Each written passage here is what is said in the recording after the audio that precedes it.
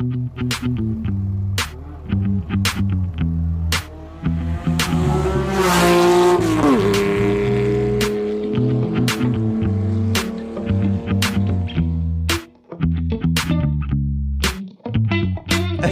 fellas. Oh, good evening. Good evening. Hello, hello. How we doing? So, yeah, excellent. What about yourselves? All good, all good. Yeah, very well. Good. Well, that's the weekly awkward start out of the way, so that's good to know, isn't it? Yeah, ideal. We've got 3 really interesting but super varied topics to talk about today, haven't we? Yeah, just 3 of us. Crew show. Yes. It is. Crew No show guests. only. We've run out of mates and we're scrapping for contact. So it's just the 3 of us for now, isn't it? But That's not true. That's not true. Got plenty lined up. Exactly that. But tonight we're going to be talking about 992 GT3 because we can share some facts and stats and specs on that car.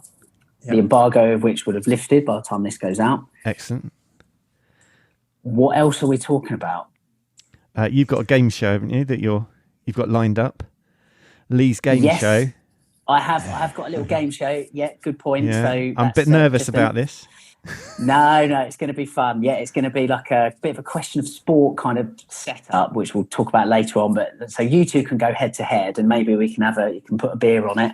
Okay. But then people at home can join in on it as well. So it just it will test people's knowledge on mainly our cars, I suppose. See what they've picked up over the last couple of series. Do we need to quickly have a think about a few questions out of the hat for you then? Yes. I'm happy. Yeah, if you want to shoot from the hip, I can do that. That's no sweat. And then lastly, we're going to be talking about daily drivers, mainly fueled by a car that we're kind of lusting after as a trio, but to varying degrees, isn't it, really? And I think that's a whole kind of can of worms that we're quite prepared to open up for this episode. So that's what's coming up.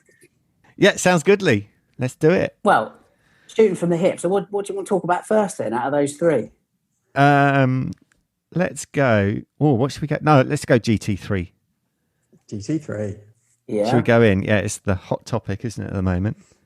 It is. I mean, it's quite funny because us guys in the media have to sign NDAs, non-disclosure agreements, to not reveal any of these things before Porsche's embargo lifts. And it's quite a hefty fine if you break it as well. Yeah.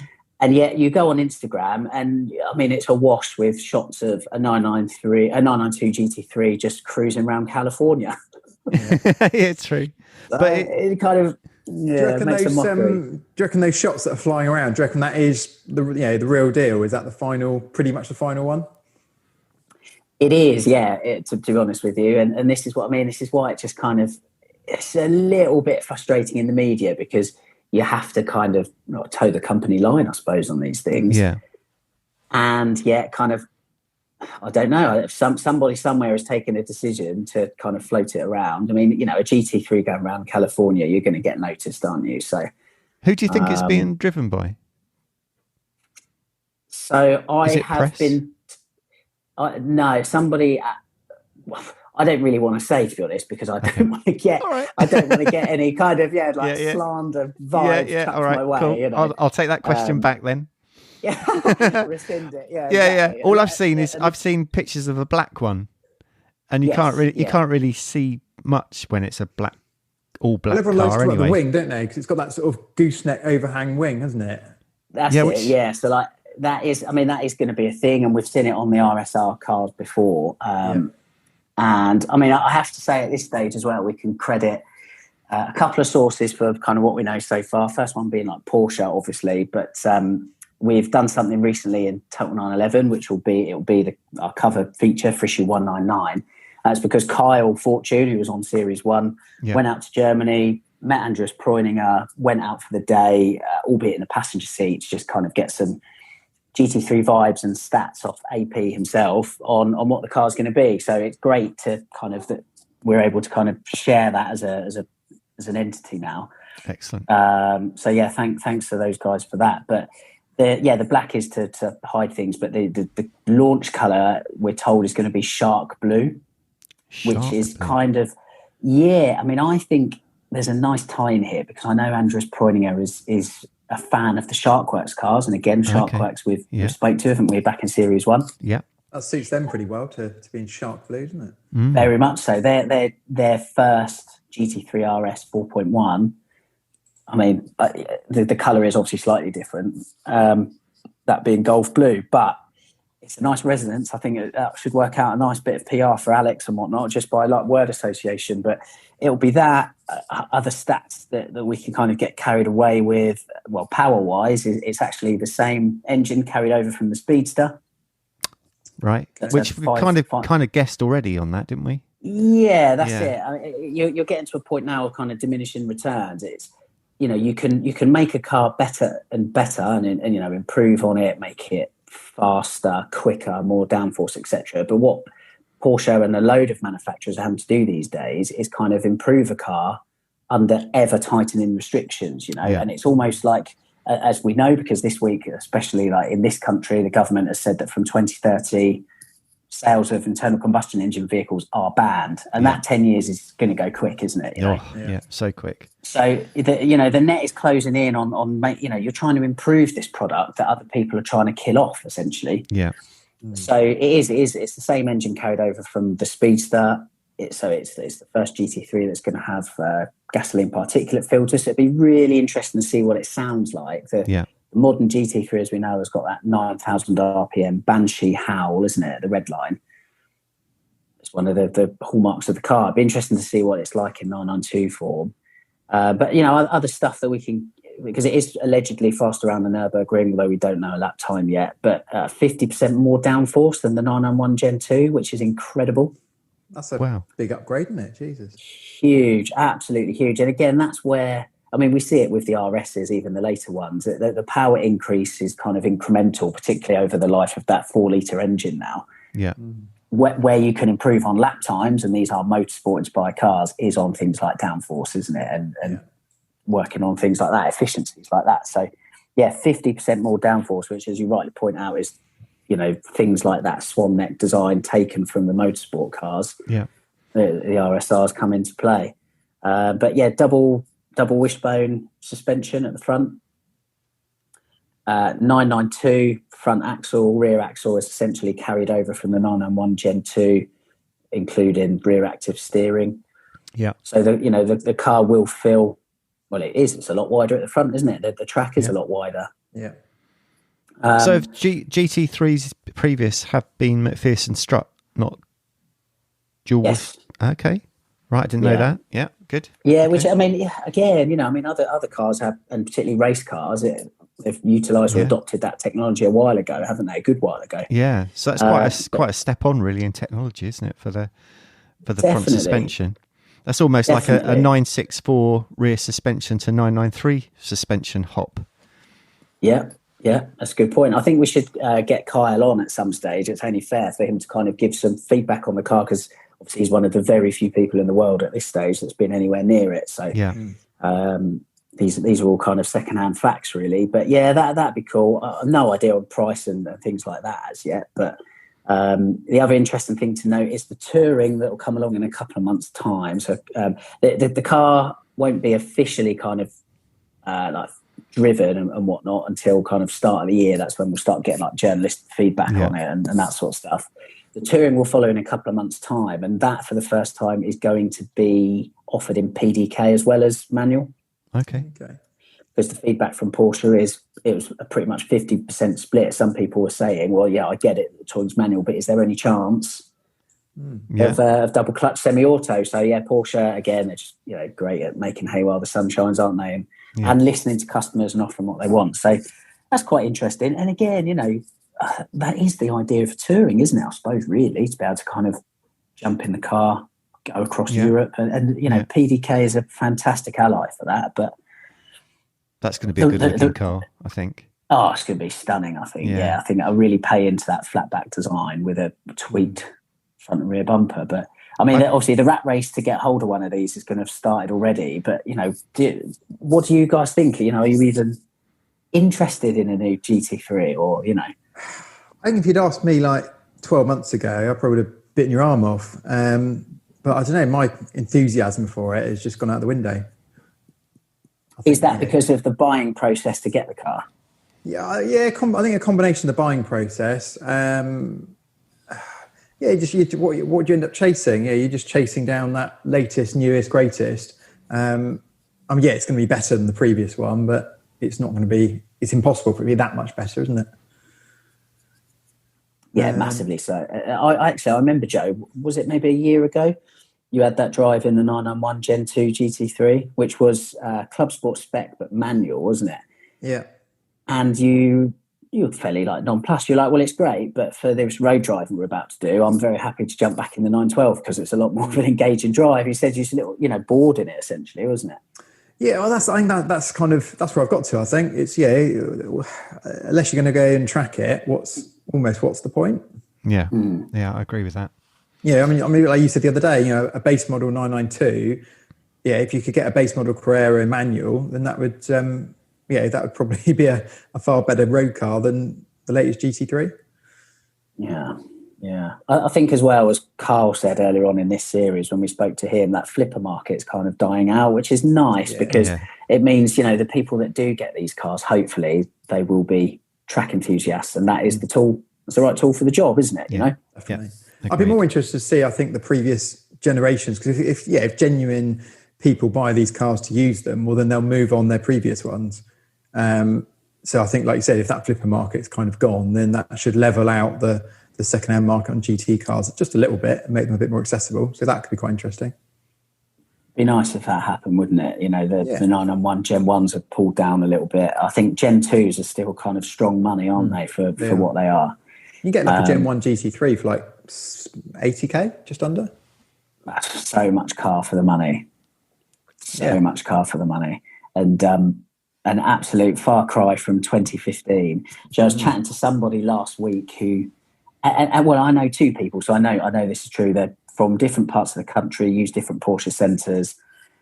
End of when was that? Start of 2014, when the GT3 991 Gen 1 had just come out. There, a couple of them, I'm saying allegedly because again I don't want to be sued, but there were some fires, weren't there? I could back out with evidence. So there was that recall, and the first, I can't remember the first batch that had been made globally. They had these engines replaced. Well, two people I know they'd only paid a 10 grand deposit for the car at the time. They hadn't actually collected it, so it settled, and they were told, look, you were getting it next week. Your GT3 is now delayed for X amount of time because it needs a replacement engine as a matter of course, part of the recall. So we're giving you a car. One person had a Boxster. One person had a 991 Gen 1 C4S cab, I think. And they were paid 1,500 quid a month compensation for each month they were without their GT3.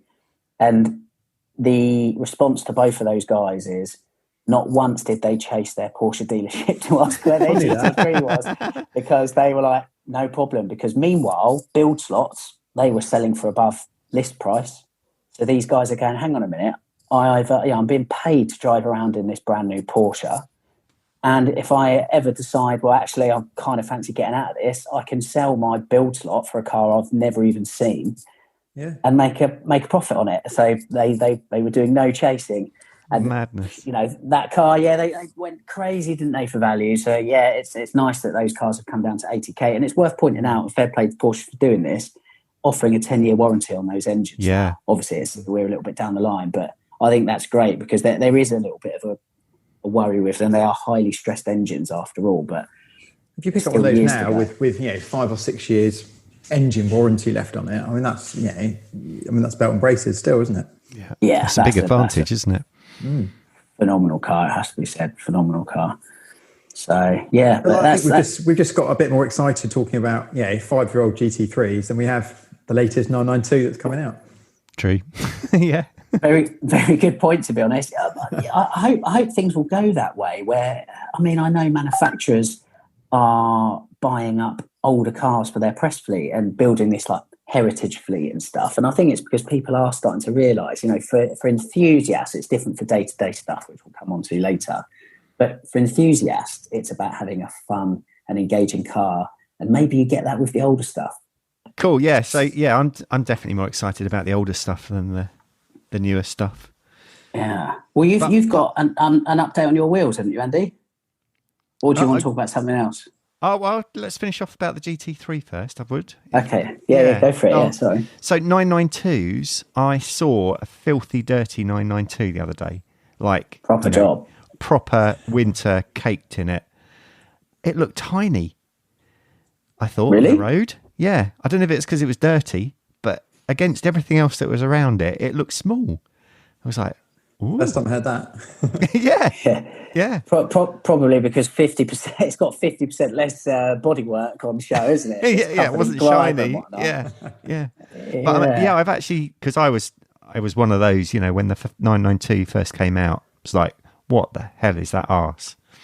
But actually seeing quite a few on the road now come round to the look and the size of it. What's your view? It's acceptance through familiarity, isn't it? Yeah, your face is like, oh, you're not so sure. I really like the rear with the sport design kit, where I think I've said this before, brilliant. where the plates moved up. Yeah, that's I remember mentioning this to Joe before. I just think without it just looks unfinished, and it just doesn't look Porsche-like. And I think the cars generally, Ben Dimpson a couple of weeks back when I had that YouTube chat with him he made a really good point. The cars have just got so bloated now. They've lost that kind of how did he say? It should fit like a tailored jacket. That's what a 911 should be, rather than like an ill-fitting suit. And that's kind of where they've gone a little bit, And I think that the back is quite un-Porsche-like in the way there's just that massive gap between the number plate recess and then that rear light beam. Yeah. The sport design pack. Maybe it was the sport design one that I saw then that was filthy dirty, and that's why it looked good. Quite possibly then. Yeah. The turbo, I think the turbo, by contrast, is a fantastic looking car. Absolutely nailed it, Yeah. Right level of kind of aggression and sophistication in its styling. It looks like a 911, but it looks like a 911 that's got 650 horsepower, doesn't it? Yeah, it does. Proper job.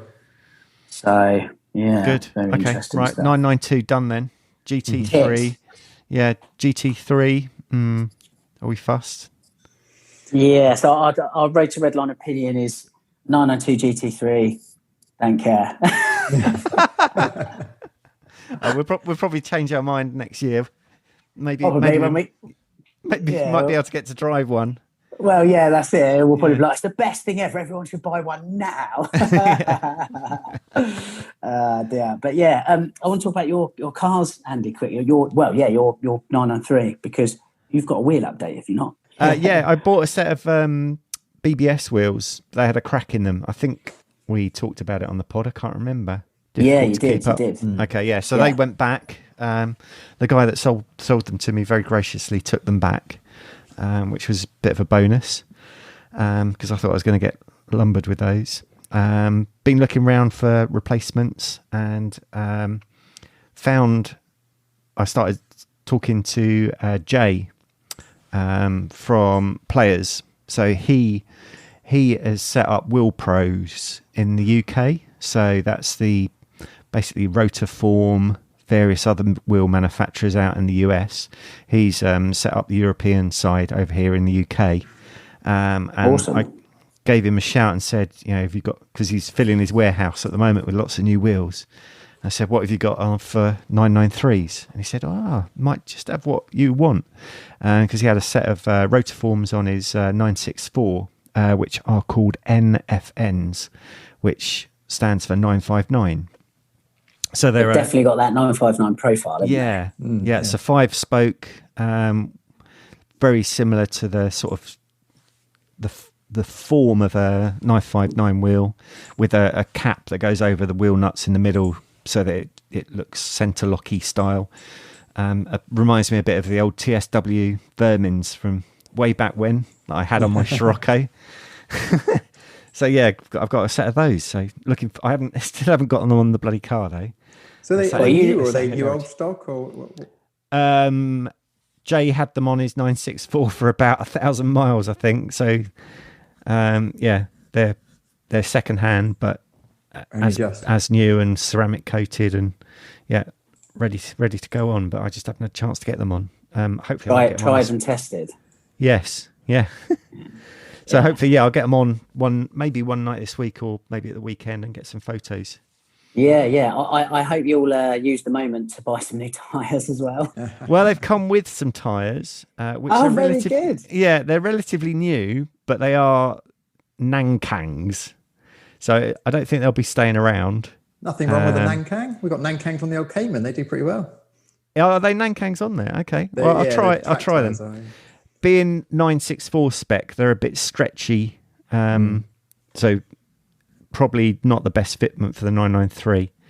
But I'll give them a go for a little bit and then probably change it out for some Michelins or maybe some all seasons. Who knows? I've actually been thinking about that sort of after last week's podcast. You should enter our quiz. You might win a set. Oh, well, I can't do that, can I? That would be rude.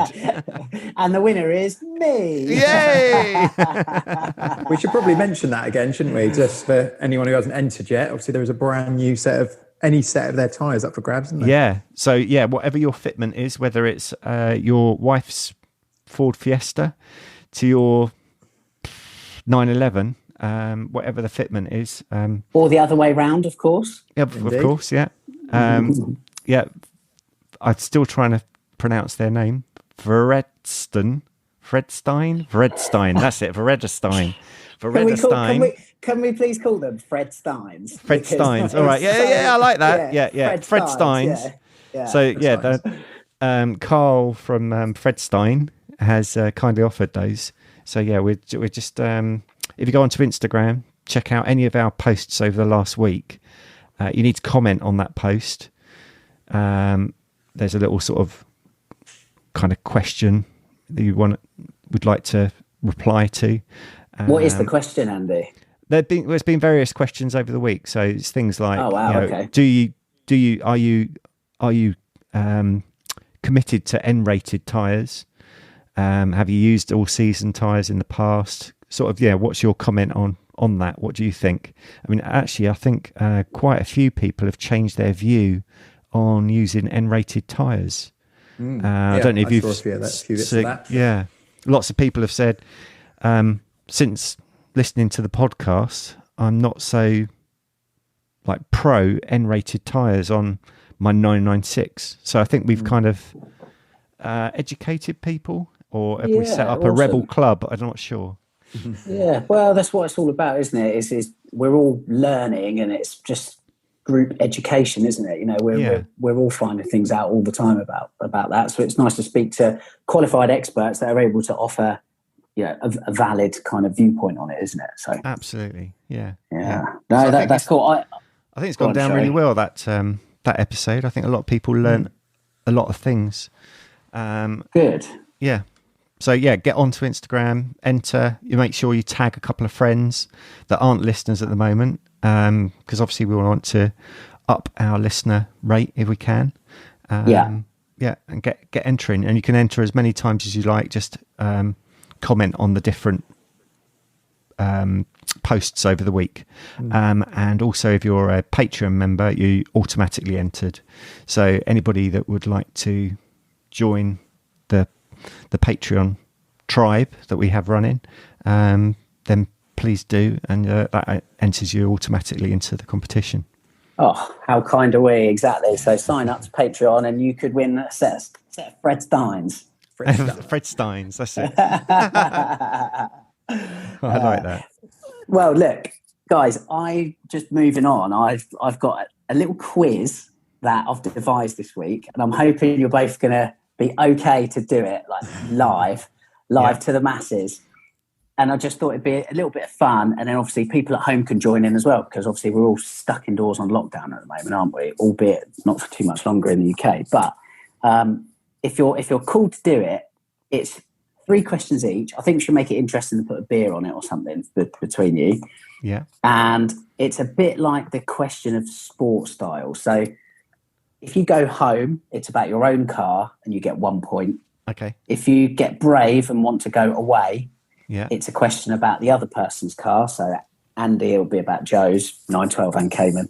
Yeah. And you get 2 points. And then we should just see like who's the champ, and then just maybe put a beer on it next time we meet up or something. And like I say, at home it's just a bit of fun for people to join in. I'm in. I'm not sure I know anything about a 993. Oh, come on, Joe. I thought you were educated. Neither does Andy. Oh, bitch. Yeah, excellent. Well, look, who's going to go first on this? That's what we want to know. Andy's up. Andy's up. There we go. You're in, Andy. Yes, alphabetical order. Alphabetical order. So 3 questions each. What is the thing? Are we going to do a beer? Yeah, beer. Yeah. Quality. All right, Andy. So for question 1, whoever loses buys beers for all the others. Yeah. Oh, Right, great shout.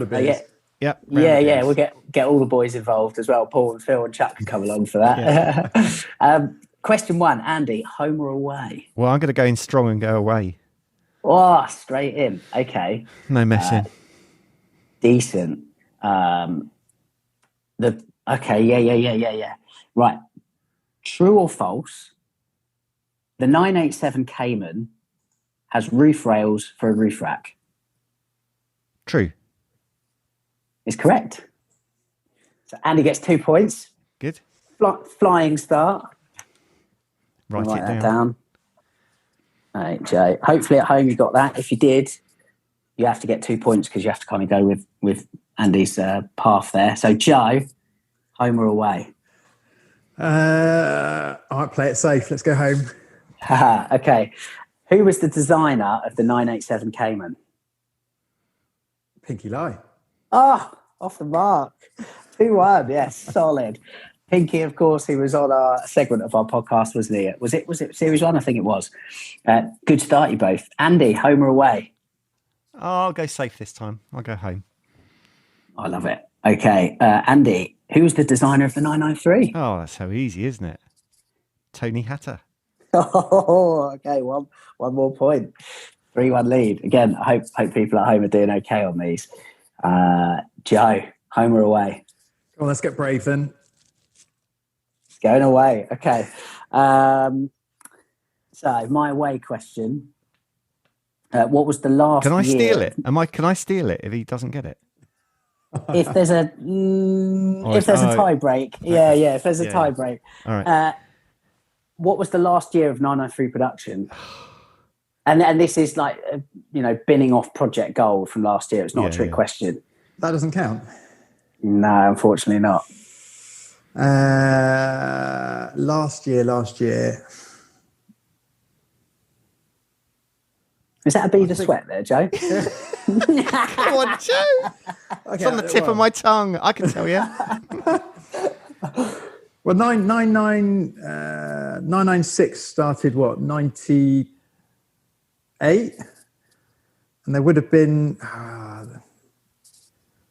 did you get 97 or 98 was 996 starting, wasn't it? Wasn't it, Lee? He's so snidey, isn't he? I'm going to go 90... he wants to be a millionaire, so I was coughing. Oh, Joe, be brave. Be brave. All right, so if it's 98, there must have been a crossover. So there must have been a run out. So I'm going to go 98. You are correct. Boom. Yes. Well in. Absolutely well in. The equalising 2 points. Yeah, well played. Well played. Andy, how gutted are you? Right. Okay. Yeah, this is good. So last question for you, Andy, potentially, as we go to a tie break. Home or away? Away. Going away. He's going for the win. Going for the win. The 912 borrowed a flat 4 engine from which other Stuttgart sports car? Ooh. What, 356?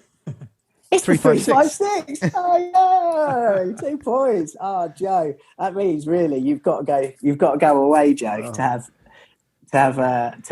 pull it. Well, unless you want to go home, I don't know why you would. Yeah, you can't really, can you? I'm going in. It's going away. It's going away. Okay, so Joe, what is the stock wheel diameter of the 903 Carrera?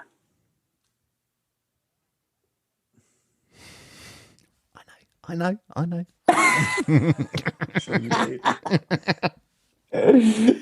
Stock wheel diameter for the Carrera.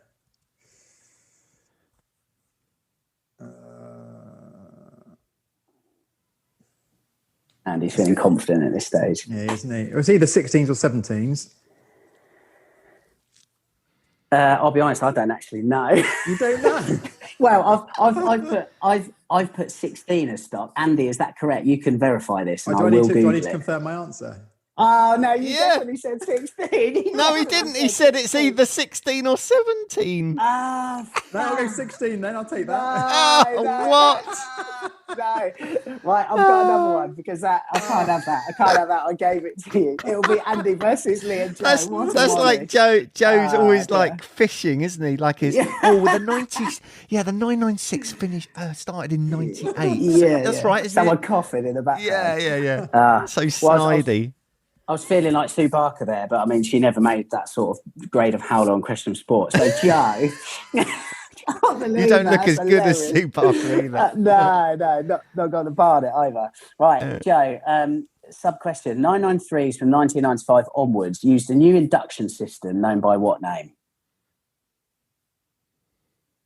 Andy, you'll definitely know this, Andy, wouldn't you? Yeah. Well, not the whole varioram thing. That's Is that induction? Yeah, it is essentially. It's like it's induction. It's a variance of resonance in induction, isn't it? So I'll take that. Oh right, yeah, Andy, I'm really sorry, but that's 2 points, so that's 5 apiece. Yeah. So it's tie-break time, isn't it? Tiebreaker. Okay, sound. The tie-breaking question is on 996s. What is the engine literage? And this is be the first person to say it gets it. What is the engine literage of the 996 Gen 2 Carrera? 3.4. Oh, Joe's got it. Joe's got it. Oh, my God. Andy, you've snatched defeat from the jaws of victory there. Oh, right. Excellent. I'm buying the beers then. Buying the beers. Buzzing. Absolutely buzzing. I'm going to go straight to top shelf for that as well, by the way, Andy. You see how much effort goes in when I've got to buy a round of beers? Yeah. He's pulled it right out the bag. It wasn't. I don't think it was effort. It was snidey. Every question he answered, he's like, "Oh, is it? Is it?" There was no definitive answer. It was all a bit. I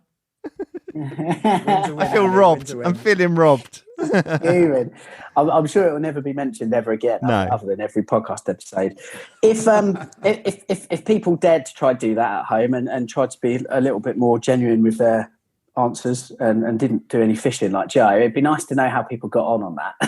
To be honest, so yeah, let us know in a comment on a post maybe, or we'll put them up there for people to have a go if they didn't catch the pod. Yeah, wicked. Well done, fellas. That was pretty good, to be fair. All right, we'll come up with some questions for you for another week, I think. Tell you what, I reckon if I might be able to look on the side now and we'll finish the pod up with some questions for you, Lee. Fire away. Absolutely fire away. They're going to be absolutely hench stitch-ups, aren't they? While you're doing that, I mean, there was a car. I mean, we talk about daily drivers because my 911 is a daily driver. You guys have got runarounds, haven't you? But there was a new car that came out last week. It's not Porsche, but I think we all stepped back and went, wow, that looks awesome, aesthetically and spec sheet, isn't it, I think the whole sort of car journalism industry is kind of lapping it up, aren't they, at the moment? And why not have a little chat about it? Because it's you were talking about the 2030 thing. Electric cars are coming. You won't be able to buy a petrol car. It's almost like this is amazing that it's actually happened 10 years before that. What a great little car. That's the last hurrah, isn't it? Yeah. I got all excited laying on my sunbed in the sun last week and ordered one. You did? You went for it? I did. Cool. So, Joe, what is your new daily going to be? So it's you got with the big drum roll. It's the really exciting Toyota Yaris. Excellent, absolutely excellent. Honestly, what a looker that is! What a great looking car. Yeah, It's a bog standard 1 litre 5-door. Oh, you're not gone for the GR. No, you're not gone for the GR. No, I'm joking.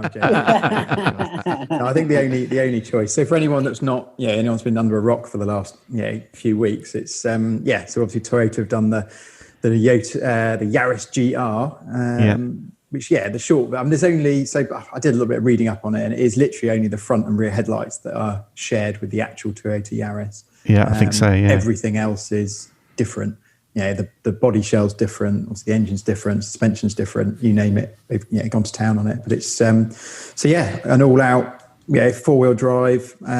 Essentially, they've done it in reverse. Most companies go the other way. They take a road car, turn it into a rally car. Well, Toyota have gone, right, we'll build a rally car, and then we'll build enough road cars to get homologation to better run it. Well, it's like just going back to the old Group B times, really, isn't it? Yeah, isn't it just? Yeah. All those sort of 6R4, the S1 Quattro, the Integrale, all of those cars, they were really sort of exactly that, built as rally cars and then homologated, built for the road. So yeah, it's almost like going back in time, but in kind of miniature in some ways. Yeah, agreed. It was quite funny, as a WhatsApp group I'm in. Somebody commented in the week and said, "Oh, guys, I'm pretty sure I'm going to pull the trigger on a new Golf GTI Performance. What are your thoughts?" And like literally everybody in this WhatsApp group has just gone, "Why don't you just get the GR?" Why have you not gone for the GR? It's like, you got kind of shat off from a great height, really. But I mean, exactly like you say, it's the last hurrah for a proper sporty little hot hatch that we can enjoy kind of guilt-free before the world's forced to change. And we're all made to buy electric cars that don't work and the infrastructure's not there for. But anyway, like you say, it's a real kind of hark back to the kind of evoking that spirit of Group B, isn't it? It is, absolutely. So what have you gone for then? What version? So basically originally they were just going to do the GR and that was it, and then they ended up expanding that out in the UK anyway to 3 options. So basic GR, GR convenience pack, which basically gets you parking sensors, heads-up display. What else does it get you? A stereo sound system and stuff. Or the third option is the circuit pack, which is basically limited slip diff, Porsche wheels, and Michelin tyres instead of Dunlops. So that's the one I went for. Thought we might as well go the full fat. You got the full fat. Excellent. Good. Yeah. So that was good. Colour? So again, colour choice is only 3. It's black, white, or red. I went white because I think it kind of suits it pretty well. Yeah. There are no other options. There's nothing else to choose. It's nice. It comes out the box, no options, nothing to pick. You just get what you're given. So that made it nice and easy. That's quite refreshing.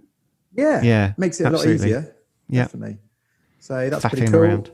There's talk of it being a limited run. So apparently it's cost them a fortune to make them, and because they're having to hand build them and all the rest of it. So I don't think it's a money spinner. It's obviously more a PR thing.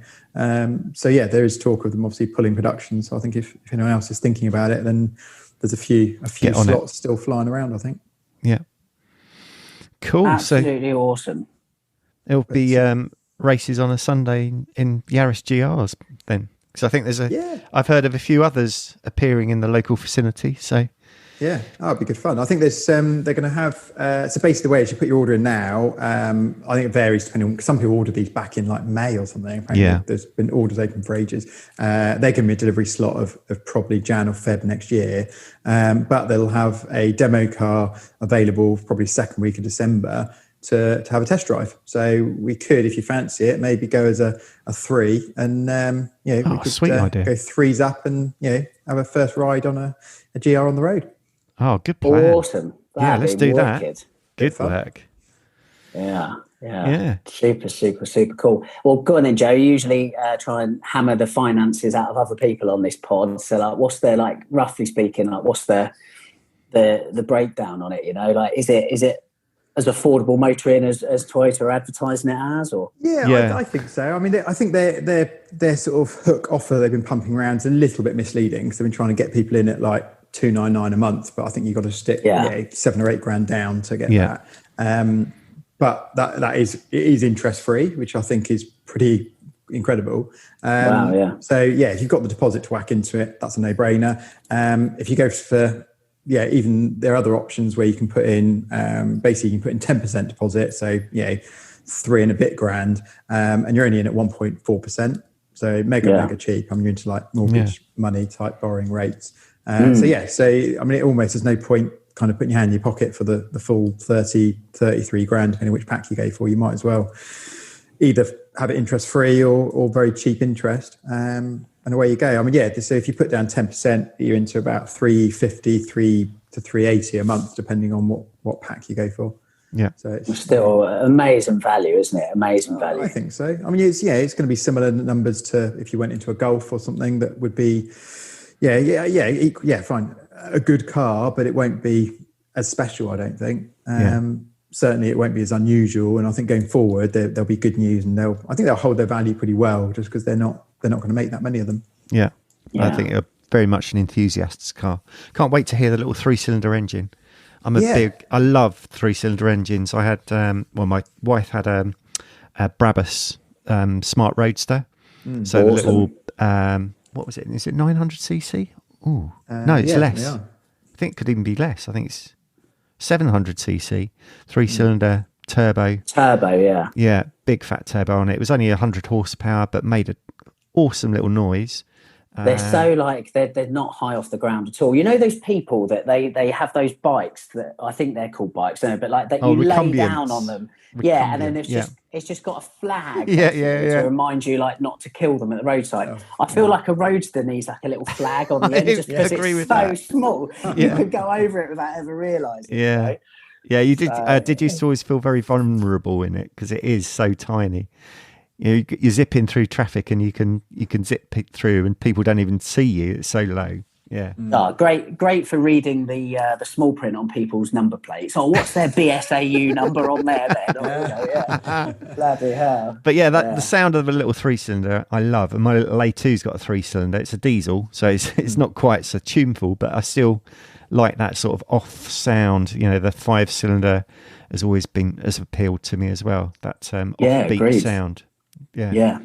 And lots of 3-cylinder bikes sound great as well. So it's going to sound good. And I hear was it 270 horsepower, I think? Yeah, I think they're 267, I think, off the top of my head. You're into that sort of 260 brake. They're only I can't remember, they weigh now 1,300 kilos or something. It's pretty. That's wicked. Yeah. It's almost like going back to 90s kind of power and weight, isn't it? Yeah. When you look back at a 90s sports car. Hatch style, yeah. Yeah. One of the more extreme ones. It's great, isn't it? And it's a Porsche-oriented podcast, of course, but it's great to champion other people, particularly Toyota, who, of course, are a Porsche rival at Le Mans, or historically until Porsche pulled out. But Toyota have really thrown down the gauntlet for other manufacturers now to say, look, let's give these, and there's plenty of enthusiasts out there, let's give enthusiasts an enthusiast car. Yeah. Don't get carried away with the spec, like you say. It's just all about, power to weight and fun, isn't it? I think where we've all got this obligation coming up to drive boring cars as dailies, i.e. electric and whatnot, owning an enthusiast car that you have to properly think about driving, it's going to be like owning a horse. You only get it out at weekends when you mess around for a couple of hours. So it's really, really good. And it's great to kind of champion that. So well done, Toyota. That is fantastic, has to be said. I wonder how many they've sold in the UK now. Because I've personally heard of 3 people that I know that are getting them. Interesting. Yeah. And I don't know, it'd be great to see them out on the road. Be interesting to know what listeners to this pod think of it. Again, because it's not Porsche, it's completely left field, but we're bowled away by it. We love it, but it'd be interesting to know what people think. So again, we'll put a picture up on Instagram, and we'd love to hear what people think on that. Yeah, good call. We'll do that. So, cracking. I think that might be it for today. I don't know. Joe, are you gonna try and trip us up on any questions, or have I dodged that bullet? Well, I've got a couple of questions ready. So if there's anything else to cover, then I can probably rustle up a third one. What else was it we were gonna chat? Oh, I should probably give you a little bit of an update. So I had a little message come through last week that my 912 is back rolling on all 4 wheels. Oh, amazing! Absolutely amazing. That's it's only been 4 or 5 months, is it? 6 months? Yeah. So the ongoing saga of parts was ridiculous. There was, very long story short, converting it from these like universal joints to like CV joints. It's a conversion that used to get done a lot, but obviously as 912s kind of, either they've been done or they just sort of dried up. So the person that was making that kit stopped making the kit. the bits, then you had to go and find all the bits yourself. One of those components was like, sort of, particularly difficult to find. There was one knocking around in the States, which we somehow managed to beat one of the local UK 912 specialists too. So they're apparently a little bit annoyed. But yeah, we've got all the bits and it's back together, so that's good. Good. Yeah, going to just, I think, probably do a quick, drop the oil out of it and whatnot, and it'll be back. So hopefully this week it'll be back in the garage. Just in time for winter. Exactly. Yeah, just in time for winter. Be a new machine by the time it's got some Fred Steins on it. Wow, there you go. I might get my entries in. Have you got any plans for over the winter for doing any work on the car or anything? More aesthetic bits really. There's a couple little rusty bits that I probably want to chase away. So I'll say rusty, not rusty bits, just little, a couple little bubbles in the paint that I'd like to stay on top of, and possibly some interior stuff. I quite fancy a little bit of a bit of a retrim down the centre of the seats, maybe. Yeah. So I think that's, if I can get those bits done, that'd be a good start. I've also had the front wound down a bit because it was riding high. That's definitely helped. And probably going to get the wheels repainted as well. I'm just not a fan of the colour. So, that's probably going to be the plan over the winter. Talking of easy bits. Talking of repaints on wheels, weren't you going to do yours, Lee? Well, to be honest, I think I'm going to let winter ride out and just hammer the wheels in whatever way, shape. Cool. Yeah, the finish on the lip is going slightly. It did say when you get... Yeah, it says all... And actually, I've got the bloody leaflet still sitting here, but you only use, it says, you should only use pH-neutral products, which I have. It has been to a detailing place which assured me pH-neutral products were used. But yeah, nevertheless, the lip, for whatever reason, I can't kind of work out how it's happened just yet, but it's going a little bit. So I just think, well, let's just let winter hammer the wheel. Our British winters are pretty legendary for that, aren't they? And then springtime, I'm going to be following Joe. So Joe, if you get it done before me, mate, let me know. I'll be really interested to hear where you go on that. I think more pressing for me on 996 front. It's just had a service actually at Paragon. It's just an annual minor service as part of its service interval schedule. But the geo on it is causing me a bit of an issue in winter because, as I said, it is my daily car, and it's got a GT3 spec geo on it, which is absolutely great in summer, dry conditions, plenty of grip, blah blah blah. But where there's just less grip on the road, isn't there, at the moment? There's a lot more moisture around, and it's a bit too in the dry it's pointy, in anything other than the dry it's a bit twitchy. And there's been a couple of there's the first time I really noticed a couple of weeks back, driving enthusiastically but not kind of crazy round a roundabout in Pool that I know really, really well, and then the back end stepped out, and I was like, well, there must be oil or something on there or whatever. Of course, slip, but then happened on another roundabout a couple of weeks later, and it's happened again since. And it's just like, where it's a daily, I don't want to be on edge, just kind of pop into the shops in it, So I might just dial it back for winter. It's also where the camber is kind of so extreme, particularly on the front. The tyres are taking a bit of a hammering in terms of wear. So I might just dial it back a little bit over winter, Yeah, not so harsh. Weren't you planning on some stuff on the interior? So that's a really good question. Obviously, I've done the steering wheel. Everything else on the interior. Oh, I'll tell you what, you two will be extremely pleased to know there are no more rattles in my car. Don't believe it. Honestly, as soon as... What have you done? Stripped the interior out? I've written it off, No, it's... As soon as lockdown lifts, I'm going to march that car around to both of your houses, and I'm going to insist that you drive it. And honestly, you will not find a single rattle. I gave the car to Paragon. Put a beer on it? Yeah, 100%, mate. 100%, yeah. And said to Paragon, as well as the service, that there's this rattle. I'd identified the offending panel. They found another one as well, and it's job's good. And it's all sorted. The 2.5 hour drive back from Paragon was one of comfort and pure bliss, and not a single squeak or rattle or anything. So very pleased for you. Well, it's just got rarer, hasn't it? Because it's got to be like one of one in the world 996s that isn't rattling away, but for a couple of weeks anyway. But so that was good. And interior wise, I think I'm looking for a pair of pole positions. Not just yet, because I've got other kind of life things I need to take care of. But I think pole positions is going to be the way to go on that. Good. And good seats. Yeah, I just think they're the only ones to go for. I think they're the best, aren't they? You know. Yeah. Other things. Yeah, they do. They're fantastic and they look good. And you know, there's a thing there with Porsche, isn't it? A relevance.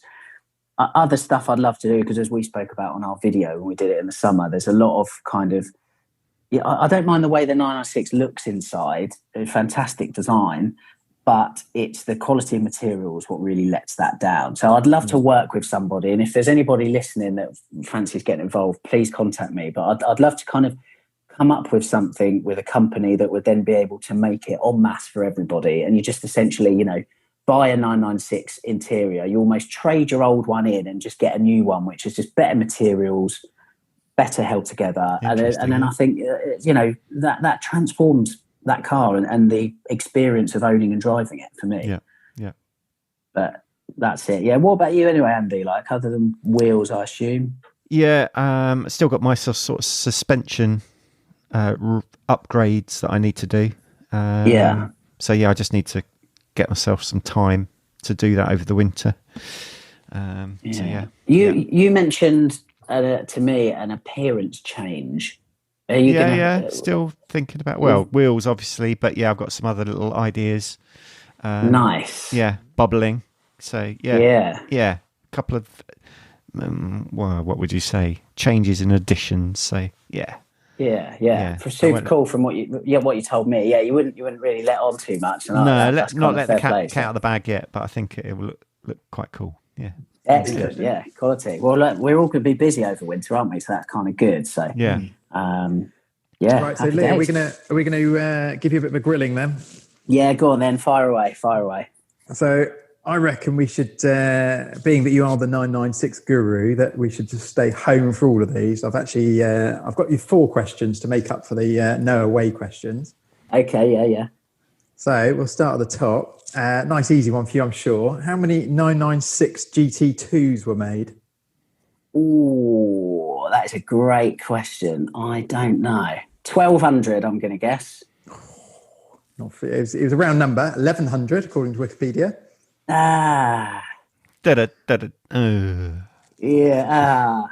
Wounded.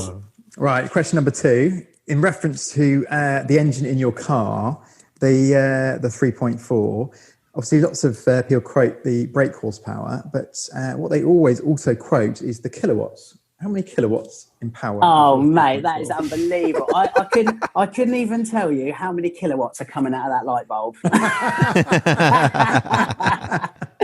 It's funny, isn't it? Because now, just as an aside on that, all manufacturers are given that figure, and they always put it's horsepower now rather than brake horsepower, and then in brackets they put kilowatts.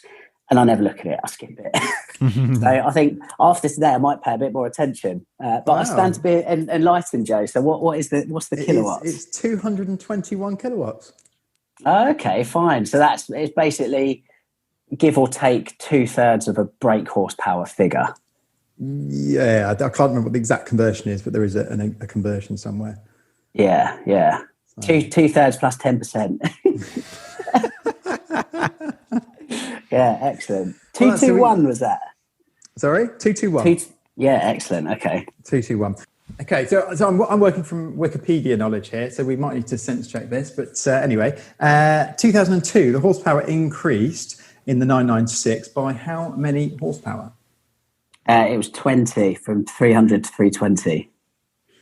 Okay, well, we're going to have to do some investigation work because Wikipedia says it increased by 15 horsepower. Ooh. I mean, Wikipedia, questionable. Okay. But you did say horsepower, and I'm quoting brake horsepower, and there is a slight difference. Oh, okay. So that means you got it wrong then? Yeah. No, I think I got it. I got my own question right. Yeah, so excellent. Is that how many? Have we got any more questions, Joe? And so the one last question. Yeah. So we'll see how it goes with this. The lesser seen 996 Targa. What was the 0 to 60? Oh, what a fantastic question that is.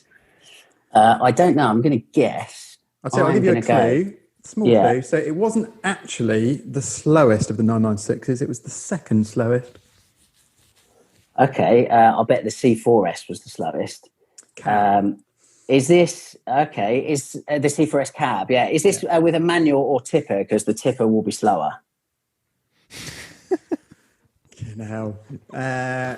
For the benefit of the tape, Joe's consulting Wikipedia. I had this fully ready to go. It doesn't actually say. That's not very helpful, is it? I was. I tell you what. Just so I can tell. What's the 0 to 60 on the Carrera? Because I'm sure you know that off the top of your head. Do you know what, mate? That's a really good question. I haven't got a clue. I haven't got a clue. Not a clue. I mean, to be fair, if Wikipedia is quoting it, it's going to be manual, isn't it? Because it's quicker. And somebody who wrote that article is going to be a Targa owner, and they want the best review possible. I'm going to go 4.4 seconds. Gosh, generous. No, 5.2. Really? Yeah. Well, slow old is the Targa. What I will say, which I'm sure will entitle me to half a point, is Porsche always underplays their stats. So I'm sure with a strong tailwind and a downhill sort of motion, I think that's got to be bang on the money. Dear. Well, I think all we got to say is drinks on you. Yeah, absolutely. Yeah. He's got less points than us. Yes. Yes, and on that note, after my absolute piss poor performance there, if you'd like to join in on my Porsche quizzes on Instagram, I might retire from that now. Yeah. Excellent. Well, so today we've learnt that I'm not very good with 996 knowledge. The 992 GT3 isn't too much to shout about because all the older stuff's cooler and better value. And go buy a Toyotas. We should all go and buy a Toyota GR, shouldn't we? So yeah.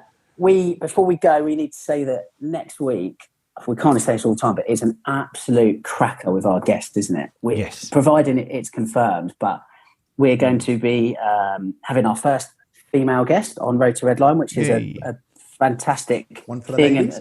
We should have done it ages ago, to be fair. But like, her story is absolutely out of this world. I'm really looking forward to it. Yeah, without a doubt. Any things to tie up before we go? I have. I've got a list of new Patreons that have joined us over the last couple of weeks. Fantastic. Yeah. Thank you very much to Stuart Niche, who is actually in Tokyo. Hi there. Well, right the other side of the world. He's sacrificing a beer a month to help us keep the podcast alive. Simon Ward, again, a beer. James Bullen, another beer. So lots of beers this month. And Toby Dyer, who is actually our first Patreon member, has upped his contribution from what was a coffee to a pizza. So yeah, awesome. Thank you, Toby. That's very, very generous of you. And thank you to all of our Patreon members who really sponsor the podcast today and each week. Yes, definitely. It's super humbling, isn't it? And we've kind of discussed between the three of us, how we're going to harness the community spirit that we believe this podcast is all about. And certainly for 1 month, our Patreon thing, we're going to be giving back, which we'll kind of explain a little bit more about next week. In fact, it will tie in rather well with next week's guest. But we are super humbled about that, aren't we? It's fantastic. Yeah. It really feels great to have everybody on board as sort of a community. It's not just about the cash; it's actually about people sort of believing and enjoying what we are doing, and giving back. So yeah, it's really cool. Amazing. Well, no, I think that's about it. Again, it's always a pleasure to chat to you folks, and I hope people at home enjoyed the episode as well. And we'll catch you next week for that stellar guest. Excellent. See you all soon. See you later.